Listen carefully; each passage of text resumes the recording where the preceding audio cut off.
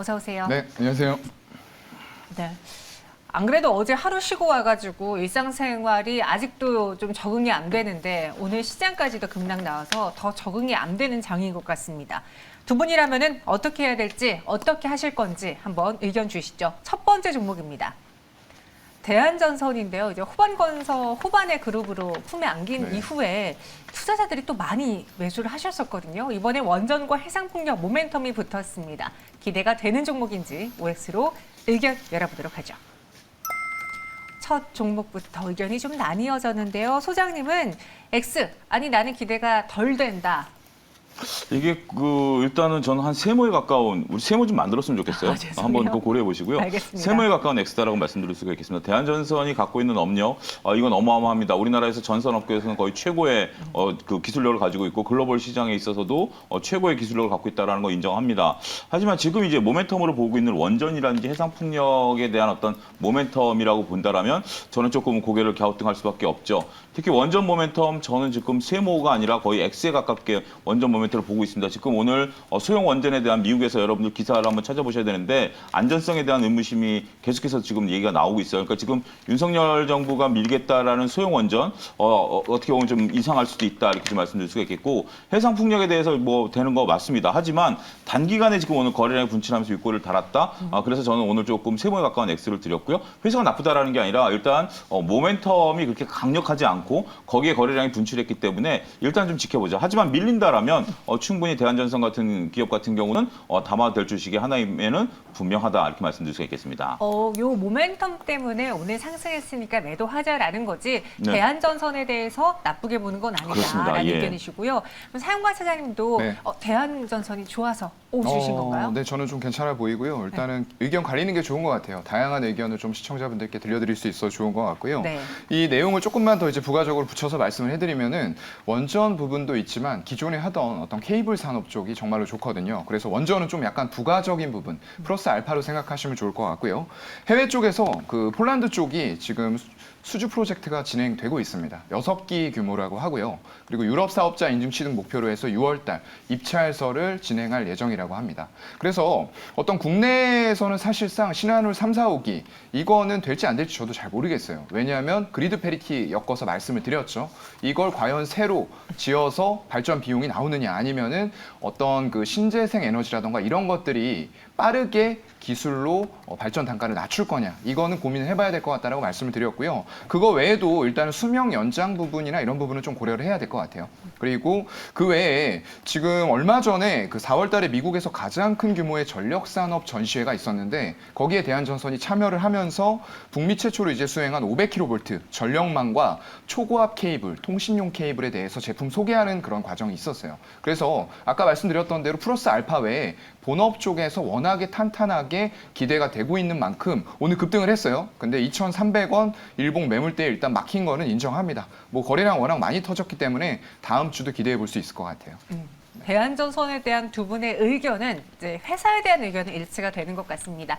약간의 타이밍의 차이라고 생각하시면 될 것 같고요. 두 번째 종목에 대한 의견도 보죠. 대한항공 국제 여객 수요 증가가 본격화될까요? 두 분의 투자 의견은요. 이번에도 OX로 나뉘어졌는데 일본이 6월부터 빗장을 풀겠다라는 소식을 발표하면서 국내에서 대한항공을 포함한 항공주, LCC주들이 오후장들어 낙폭을 조금 더 키우고 있는 상황입니다. 네. 그리고 대한항공의 실적은 정말 그렇죠. 어마무시해요. 네. 맞아요. 실적으로 봤을 때는 뭐 네. 이 업체 외에는 다른 항공사는 사실상 생각하면 안 될 정도로 실적이 잘 나오고 있어요. 그 기반은 이제 항공 화물 쪽이 되겠죠. 굉장히 어려운 시기에도 LCC들이 많이 고전하고 있을 때 항공화물로 캐시카우를 잘 깔고 왔습니다. 거기다 더불어서 여객 수요가 이제 코로나가 끝나면서 살아날 그런 기미를 보이고 있는데 물론 여객 수요 글쎄요. 국제 여객 수요가 완전하게 살아나는 데에는 시간이 더 필요하다라는 부분들은 인정은 하고 가요. 하지만 지금 주가가 그렇게 크게 움직이지 못했던 부분들도 분명히 있습니다. 화물이 열심히 이렇게 밑바닥을 깔아줬는데도 불구하고 바닥 26,000원권에서 글쎄요 한 4,000원 정도 지금 상승해 있는 가격이죠. 그래서 기술적으로도 그렇게 크게 실적 대비해서 움직이지 못한 구간이 분명히 있다라고 보이는 부분인데 여기에서 일단은 항공 화물 쪽에 운임이 굉장히 높은 수준을 계속 유지를 하고 있어요. 왜냐하면 이게 환율 부분의 상승 손익도 실적에 기여를 좀 했다라고 보이고요. 거기다 더불어서 중국이 지금 락다운 해제했을 때 무동량들이 굉장히 많이 정체가 돼 있습니다. 이런 부분들이 일부 항공 화물 쪽으로 더 옮겨올 수 있는 부분들이 분명히 있을 거고요. 거기다 더불어서 천천히 다가올 여객 수요까지 생각했을 때에는 지금은 매수하기에 적절한 시점이라고 보입니다. 네. 대한항공 주주분들은 이 3만 원이 너무 지긋지긋하실 것 같아요. 이 3만 원을 뚫었다가 다시 내려왔다 뚫었다 내려왔다 반복하고 있는데 저도 한때 갖고 있었던 꿈이 이 항공주 주식 사서 이걸로 돈 벌어서 나중에 비행기 타고 여행 가는 게 제 꿈이었거든요. 아직까지는 그 꿈을 실현하기엔 주가가 많이 못 미치는 상황인데 소장님은 조심해보자라는 의견을 이번에도 주셨어요. 무엇이 걸리십니까? 조심이라기보다는 이제는 대한항공 놔줘야 되지 않을까 싶습니다. 벌써요? 예, 왜냐하면 여러분들 대한항공 지금 제가 월봉을 보고 있는데요. 대한항공이 2016년서부터 코로나가 터지기 직전까지 2만 원대를 횡보했습니다. 그러니까 이제 우리가 대한항공이 물론 이제 그때랑 지금이랑 이익 개선 속도는 이익은 다르죠. 하지만 장기간 2만 원대를 횡보했던 주식이다라는 걸 여러분들이 인정하셔야 되겠고요. 그리고 이제 코로나가 터지면서 이게 일시적으로 만 원이 살짝 깨지긴 했지만 12,000~13,000 원대까지 왔다라는 거죠. 그러면 2만 원에서 지금 3만 원이면 50%가 올랐습니다. 물론 이제 화물에 대한 어떤 드라마틱한 수익이 있었고 앞으로 이제 그 위드 코로나 시대 여행 수요가 늘어날 거 사실입니다. 그거 인정합니다. 하지만 여기서 과연 우리가 수많은 사람들이 대한항공에 대해서 리오프닝 기대 안 했었던 사람들이 있을까요? 수많은 사람들이 그 열리면 여행 안 가겠다라는 사람들이 있을까요? 다 반영된 전 수치라고 보여지고요. 그렇다면 여기서 대한항공이 올라가면 얼마를 더 올라갈 것인가라고 봤을 때 저는 조금 냉정한 판단이 필요한 시점이 도래하지 않았는가. 이게 이제 어떻게 보면 리오프닝에 대해서 작년 어떻게 보면 2021년 가을에 35,000원 고점을 찍었죠. 이때 이제 리오프닝에 대한 기대감이 처음으로 이제 극심했었던 상황인데 그게 25,000원까지 밀리게 된 게 오미크론 때문에 밀린 거 아니겠습니까? 그런 상황에서 지금 결국은 저는 3만 원 정도라면 글쎄요, 뭐 제 기준으로 봤을 때는 뭐 저는 여기서 먹잘 것이 과연 있겠는가 냉정하게 좀 보고 싶습니다. 알겠습니다. 대한항공에 대해서는 두 분의 의견이 확연하게 나뉘어졌습니다. 한번 잘 판단해 보시고요. 세 번째 종목 만나보도록 하죠. 삼성전자의 새로운 먹거리는 메타버스? 그것 때문에 오늘 MP가 이렇게 오른 걸까요? 도대체 MP가 오늘 왜 두 자릿수 상승을 보여줬으며 현재 윗꼬리가 달린 것일지 MP에 대해서 한번 분석해 보겠습니다. 의견 주시죠.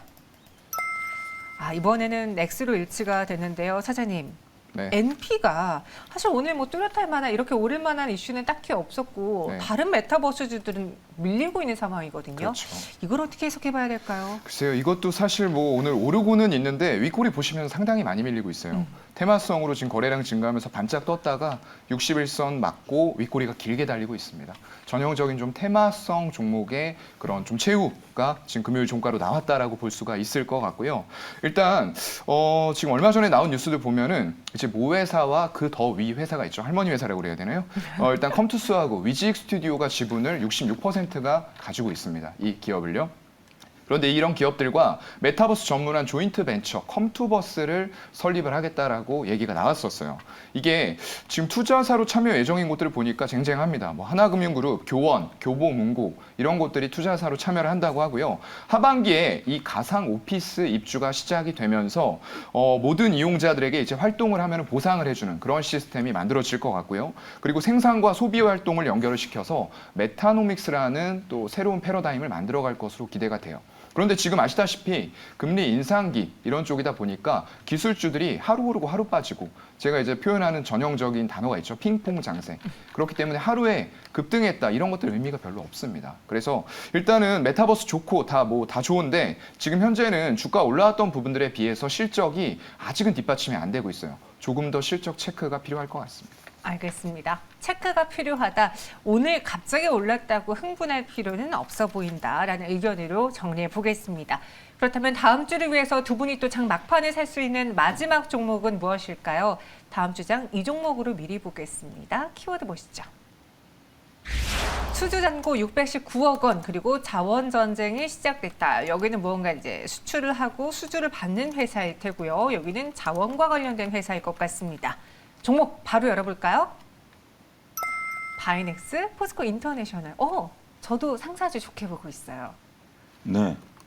다행입니다. 다행입니까? 안 좋아하실 줄 알았는데 포스코 인터내셔널. 그러니까 이제 네. 우리가 여러분들이 이게 이제 글로벌 이게 역학 관계가 이제 우리가 그 변화하는 것들을 읽어내셔야 되는데요. 트럼프 대통령을 다시 한번 소환해야 되겠습니다. 트럼프 대통령이 중국과의 어떤 G2 전쟁을 하면서 자원을 무기화한 제가 볼 때는 최초의 대통령인 것 같습니다. 이게 우리가 이제 1950년대 정확히 모르겠지만 그때 당시 사문화된 법을 끌고 나와서 중국을 이제 이런 어떤 자원을 가지고 중국을 억누르기 시작했죠. 그러니까 우리 여러분들 기억해 보시면 그때 당시에 중국도 미국에 쌀을 수출하네 안 하네 이러면 서로 이제 그런 것들이 맞붙기 시작했죠. 이런 것들이 되면서 지금 이제 글로벌 각국들이 각국의 자원들, 그러니까 그 전에는 자유무역에 대한 어떤 인식들이 강했죠. 그래서 우리가 이제 가트라든지 이런 쪽에서 자유무역을 방해하는 것들을 글로벌 사법재판소에 제소를 한다라든지 이런 것으로 해서 풀어갔었는데 이제는 이런 것들이 아니라 서로 간의 자원을 가지고 오히려 무기화하고 있죠. 최근에 인도네시아도 함유를 무기화했고요. 그다음에 중국도 우리가 무기화하지는 않았습니다. 요소수 대란도 있었고요. 지금 우리는 느끼고 있지 없습니다만 유럽과 미국에서는 휴지가 없습니다. 화장실 휴지가. 우리가 펄프 그쪽은 이제 그런 것들을 휴지를 생산을 안 하다 보니까 이러다 보니까 지금 자원들이 무기화됐다라고 여러분들이 인식을 하셔야 될 것으로 보여집니다. 그러면 우리나라 같은 데서 지금 자원을 가지고 휘둘리고 있는 우리나라 상황에서 그나마 몇몇 업체들, 포스코 인터내셔널이라든지 GS 글로벌이라든지 이런 쪽들이 해외 광산 개발을 해놓은 것들이 있고요. 이런 것들이 결국은 큰 수혜를 볼 수 있다. 결국 지금 원자재 가격이 급등하다 보니까 특히 이제 천연가스라든지 이렇게 해서 오늘 국내 지방 도시가스까지 올라가는데 맞아요. 끝단에 있는 기업들이 과연 무슨 이득을 볼 것인가에 대해서는 저는 여전히 의구점을 갖고는 있습니다만 이렇게 포스코 인터내셔널, GS 글로벌 같은 업체들은 오히려 지금 석탄을 갖고 있는 것도 굉장히 중요한 겁니다. 여러분들 천연가스나 신재생 에너지만 모든 것으로 다 아우를 수 있을 것이라고 생각하지만 석탄 지금 아직까지 많은 국가들이 우리도 지금 현재 이쪽 서해안 벨트에 있는 석탄 발전소들 이것 때문에 우리가 지금 전력을 안정적으로 공급받고 있거든요. 그런 부분들을 보게 된다면 이쪽에 관심을 좀 가지시는 것도 필요하지 않을까 말씀드릴 수가 있겠습니다. 네, 포스코 인터내셔널 장기적인 관점에서 보자. 목표 주가는 30만 원 제시해 주셨고요. 손절가 24만 원 이야기해 드렸습니다.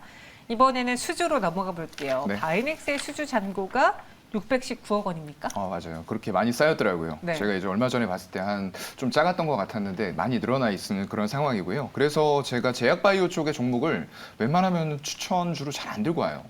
그만큼 이제 불확실성이 너무나도 크기 때문에 그런데 이 종목 같은 경우에는 이제 CMO죠. 제가 CMO, CDMO는 또 좋아합니다. 삼성 바이오로직스나 셀트리온 같은 것들이요. 그래서 이 기업 같은 경우에도 지금 셀트리온 쪽에서 원래는 해외 쪽으로 주던 CMO의 물량들을 수주를 받았어요. 그만큼 이제 기술력을 입증을 했고 인정받았다. 그런 의미로 받아들이시면 좋을 것 같고요. 일단 안정적인 CMO 사업이 굉장히 폭발적으로 성장을 해나갈 것으로 올해에도 기대가 되고 있습니다. 아까 말씀해 주셨던 대로 1년 전에 337억이었어요. 수주 잔고가. 근데 그게 지난해 말 기준으로 봤을 때에는 지금 83%가량 증가가 돼 있는 거고요. 매출 자체로 봤을 때는 전년과 재작년 거의 비슷한 수준입니다. 그런데 속의 내용을 들여다보면 식약처에서 6개 의약품에 대해서 제조 및 판매 금지 처분을 내렸어요. 그러다 보니까 82억 정도 매출이 감소가 됐는데 오히려 이런 것들을 커버해주는 쪽이 CMO에서 나왔다는 거죠.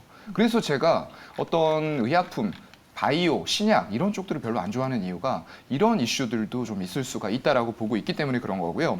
그래서 일단 CMO가 굉장히 잘 늘어나고 있다. 하나 포인트가 될 것 같고 기존 고객의 파이프라인이 확장이 되고 기술 수출이 확인이 되면서 점점 더 많은 물량을 수주할 수 있는 가능성 등도 커지고 있는 것 같아요.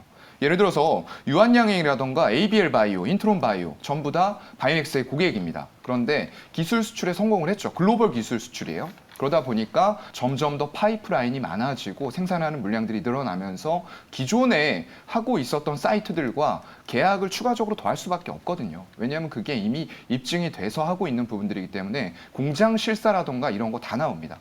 그래서 이런 부분에서도 포인트가 될 것 같고요. 올해 사상 최대 실적이 전망이 되고 있고 이게 CMO는 장치 산업, 설비 산업이에요. 그렇다 보니까 고정적인 비용 대비해서 실적이 나오면 레버리지 효과가 있습니다. 네. 지금도 매수하기에 괜찮은 타이밍이 정말로 딱 온 것 같아요. 알겠습니다. 그래서 바이넥스 목표 주가는 2만 원, 손절가 12,800원 제시해 드렸고요. 앞서 차영조 수장님의 포스코 인터내셔널의 목표 주가 3만 원, 손절가는 24,000원으로 정정해 드리겠습니다. 네, 지금까지 마감 동시효과 함께 하셨습니다.